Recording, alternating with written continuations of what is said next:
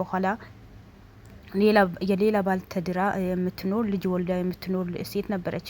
ከብዙ ልፋትና ከብዙ መከራ ልዑል ፈልጎ አፈላልጎ ብዙ መከራ አይተው እንዳገኛት ሁላችንም እናውቃለን። አግኝተዋት ወንድሞች አይደሉም። ምክንያቱም ወንድሞችሽ ቤተሰቦችሽ በሙሉ እንዳለ ሞተዋል ተብያለሁ። እኔ ቤተሰብ የሚባል ነገር የለኝም ተፋታኝ ብላ ከልዑል ጋር ብዙ ግጭት ውስጥ ገብተው ነበር። ልዑልም መላ ቤተሰቦችሽ አሉ፣ ወንድሞችሽም አሉ፣ እህቶችሽም አሉ።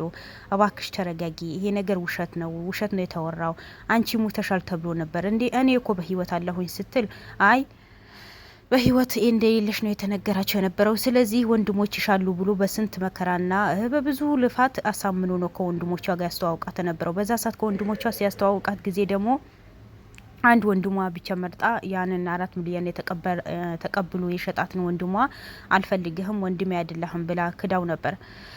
ነገር ግን በመጨረሻ እሷም ትታ ወደ ጠበል ገብታ ነበር።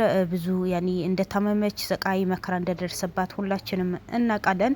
ያ ወንድሟ ባደረገው ነገር በጣም ተጸጽቶ ነበር። ምክንያቱም ቤተሰብ በሙሉ አርቆት ነበረ። ወንድሙም ወንድሜ አይደለህም፣ እህቴን የገደልካት አንተነ፣ እህቴን የሸጥካት አንተነ፣ ለብር ብለህ ለድርጅት ብለህ እህታችን መከራ ውስጥ እንድትገባ አድርገሃታል። ስለዚህ አንተ መቼም ለኛ ወንድም ልትሆን አትችልም ብሎት ካሜራ ፊት ለፊት ተናግሮ ነበር። እሷም ደግሞ አንተ ወንድሜ አይደለህም እሱ አባቴ ይመስላል ብላ እንትን ብላ ነበር። ያኔ እሷ ክፉ ነገር አስባ አይደለም፣ ያው አለማወቅ አንዳንዴ በምስል ነው ትንሽ ወንድሟም ያወቃቸው። ስለዚህ ያ ወንድሟ ደግሞ ከእስር ቤትም ወጥቶ ነበር። ምክንያቱም በጣም ጭንቀት ውስጥ ነበረ። አይምሮን ተነክቶ ነበር፣ ጭንቀት ውስጥ ነበር።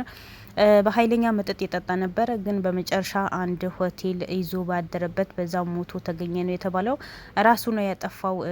ሽንት ቤት ገመድ ተገኝተዋል ነው የተባለው። ምን ይሁን ምን ያው ይጣራል። መቼም አስክሬን ምርመራ እንደሚደረግም ልዑል ተናግረዋል። ማን እንደገደለው የሊያ ሰዎች ይሆናሉ ወይስ የመኮንን ሰዎች ይሆናሉ? ይህ ሰውዬው ይህን አደረጋ የደረሰበት ወይስ ምንድን ነው? እውነት በራሱ እጅ ይህን ያህል ጭንቀት ከአቅሙ በላይ ሆኖ ነው ራሱን ያጠፋው? ምክንያቱም በጣም ተጨናንቆ ነበረ። ራሱ አይምሮን ማለት ማሰብ ትቶ ነበር አሉ። በጣም መንገድ ይሄድ ያወራ ጭንቀት ውስጥ ነው የገባው። በቃ ጭንቀት ለምን እንደዚህ ነገር አደረኩኝ? አያችሁ በህይወታችን ብቻ የዛሬ ደስታ ሳይሆን ነገ ምን ያስከትልብናል? ሰው ያስከፋብን ይሆናል ወይ? ከቤተሰቦች ያርቀኝ ነገር ይሆናል ወይ ብለን ቆም ብለን ማናስብ ነገር በጣም ነው ዋጋ ያስከፍላል። ከምላችሁ በላይ ዋጋ ያስከፍለናል። ያው አሁን ዋጋ አስከፈለው። ለምን? ቤተሰብ በሙሉ ግለተኛ አድርጎታል። ሰው በሙሉ ብሎበታል። እንዴት እህቱ ይሸጣል? እንዴት ለእህቱ 4 ሚሊዮን ብር እንዴት ይቀበላል? እሱ ግን በጊዜው እህቴም ከማጣት እህቴኒ ከምታጣ ብሎ ነው ያ ነገር የተቀበለው ነበረው። ግን ተቀብሎም ብዙ መፍትሄዎች ነበሩ። ብሩ ከተቀበለ በኋላ እኮ ቀጥታ ፖሊስ ጣቢያ ሂዶ ማመልከት ይችል ነበር። ግን በዛ ሰዓት እሱ በቃ ድርጅቱ በሱም ዙሯል፣ ኃላፊነት ተሰጥተዋል። ብር እንደፈለገ ይጨፍርበታል፣ እንደፈለገ ይሆናል። ያ ነገር አታሎት ራሱ ዛሬ ራሱ ዋጋ እንዲከፍልና ራሱን እንዲያጠፋ አድርጎታል። በጣም ከባድ ሀዘን ነው። ምንም ቢሆን ምንም ለቤተሰብ ከባድ ነው። መጥፎም ቢሰራ ጥሩም ቢሰራ በቤተሰብ ላይ አንድ ሰው ሲቀነስ በጣም ይከብዳል። ለቅሶ በጣም ከባድ ነው። እሷ አላወቀችው። ታናሽ እህታቸው ደግሞ ከትግስት ጋር ነው የሄደችው። ይሄ በሙሉ መከራ የመጣው ያው ትግስት በመገኘቷ ነው። ትግስት ወንድሜ አይደለህም ብላ በመካዷ ያኔ መካድ አይደለም እሷ ያለ ማወቅ ነው። በቃ ማለት አይምሯን ምን ያክል እንደተነካ ታውቆ ነበር። የአቤል አጎት ብዙ ነገር ተጫውቶባት ነበር። ያ ነገር እሷ አይምሯን ተነክቶ ነበረ። ልጇ ትገላለች ምናምን ብሎ ሰፈርን ሰዎች ስለሚናገሯት እሷም አይምሮ ተነክቶ ነበር። በመጨረሻ ወንድሟ አታለች። በጣም ከባድ የሆነ ነገር ነው። በጣም ያሳዝናል። በጣም ነው የደነገጥኩት የምር ማለት እንዳሰብነው ሳይሆን እንዳላሰብነው የሚያደርገው አላህ ሱብሃነላህ በጣም ይገርመኛል።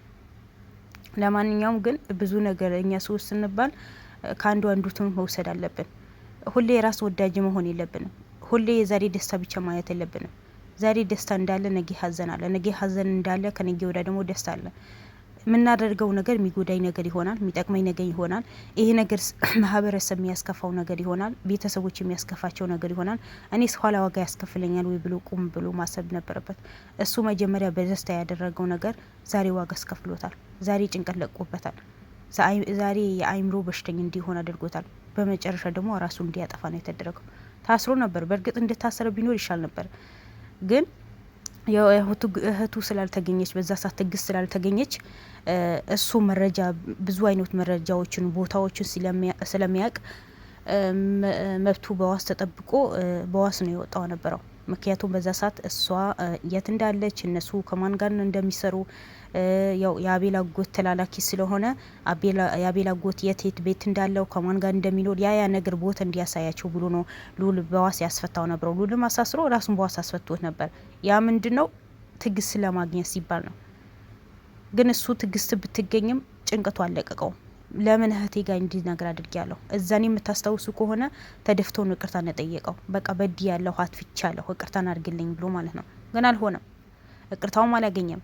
ከወንድሙ ይቅርታም አላገኘም። የአክስቱን ልጅም ደግሞ በዛ ሰዓት በጣም ነው የተናገረችው ነበረው። እንዴት ለብር ብላ ሀተ እንኳን በዛ ሰዓት ለምን አይቻታለሁ ብለህ ለምን ካትከን? ምንድን ነው የተካሄደው? ምንድን ነው የተፈጠረው ስንልህ ጊዜ ምንም ልታምነን አልቻልክም ነበር። ስለዚህ ለምንድን ነው አንተ እንደዚህ ነገር ልታደርግ የቻልከው? ምክንያትህ ምንድን ነው ብለም ስጠይቀው በቃ እኔ እንደዚህ ሁኜ ማለት ምክንያት መደርደር ነው የጀመረው። ብቻ እኔ አላቅም።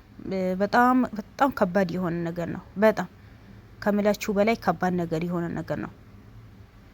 ብቻ መላ ቤተሰቦች መጽናናት ይስጣቸው። የሉሉ ክርሞች ደግሞ በጣም ነው ያዘኑት፣ ከምላችሁ በላይ ያዝነዋል። ለእነሱም መጽናናት ይስጣቸው ብሎ ዱዓ ማድረግ ነው። እኔ አላቅም፣ በጣም ነው የከበደኝ የምር። ለምን እንደዚህ ነገር ያደርጋሉ? ራሴ ትምህርት ወስጄበታለሁ ማለት እኔ እንደዚህ ክፉ ነገር ስራለሁ ማለት አይደለም፣ ግን የሰው ልጆች ነን፣ እንሳሳታለን። ሁሌ ትክክል አይደለንም። ከስህተታችን ደግሞ መማር አለብን። አንድ ሰው ባጠፋው ደግሞ ያ ነገር ምን ያክል ዋጋ እንደሚያስከፍል እኛ መማር አለብን። እነ ሉል የሚለቁት ነገር ብዙ ሰዎችን ትምህርት የሚሰጥ ነገር ነው። ትላንት ዋጋ ስላገኘ ድርጅት አስተዳደር ተብሎ ኃላፊነት ስለተሰጠው ሞት እንዳለ ስቃይ እንዳለ ቤተሰብ ላይ ጫና እንደሚያድርበት ማህበረሰብ ላይ ጫና እንደሚያድርበት ምንም ነገር አልተሰማው ነበር። ዛሬ እህቱ ከተገኘች በኋላ ማህበረሰቡ በሙሉ ቤተሰቡ በሙሉ እንዴት በእህት ላይ እንደዚህ ነገር ታደርጋለህ? ለምን በእህት ላይ እንደዚህ አይነት ጨዋታ ትጫወታለህ? ተብሎ ሁሉም ሰው ማለት ፊት ሲያዞሩበት ነው ራሱ ሊያጠፋ ሆኖ ብሎ የተነሳው። አስቡት። ለዛውም በሞተ በሁለተኛው ቀን የተገኘው። በቃ አንድ ሩም ይዞ አደረ፣ እዛ ተኝቷል በማለት ነው እንትኖች ዘበዮቹ ገብቶ አልፈለጉትም ምንም።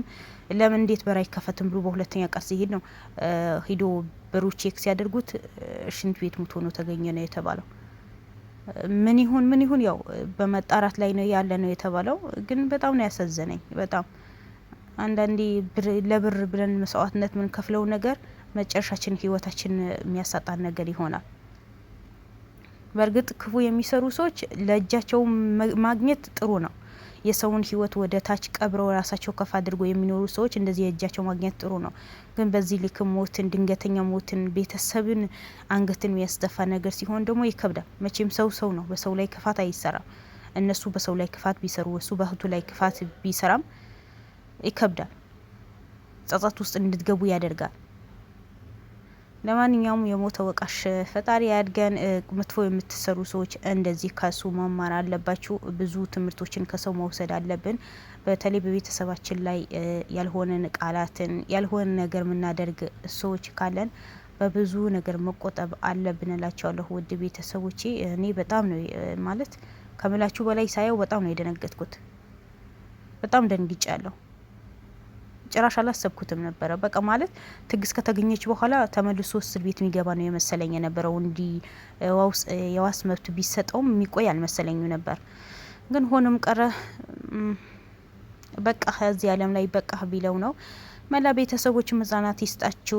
የሉሉም ቤተሰቦች የሉሉም ክሩሞች ሁላችሁም መጽናናት ይስጣችሁ ነው ምለው። በጣም ከባድ ነገር ነው። በዚህ ነገር ብዙ ነገር መማር አለብን እላችኋለሁ ውድ ቤተሰቦች።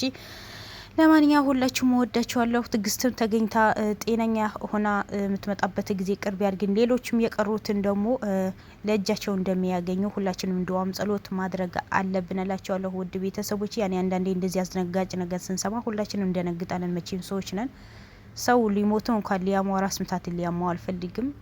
ግን ሁሉ ነገር ከፈጣሪ የሚመጣ ነገር ስለሆነ ምንም ማድረግ አይቻልም እላችኋለሁ። ወዳችኋለሁ። መልካም ቀን። ባይ ባይ። ሰላም አለይኩም ወራህመቱላሂ ወበረካቱ። ላይክ፣ ሼር፣ ሰብስክራይብ አድርጉ።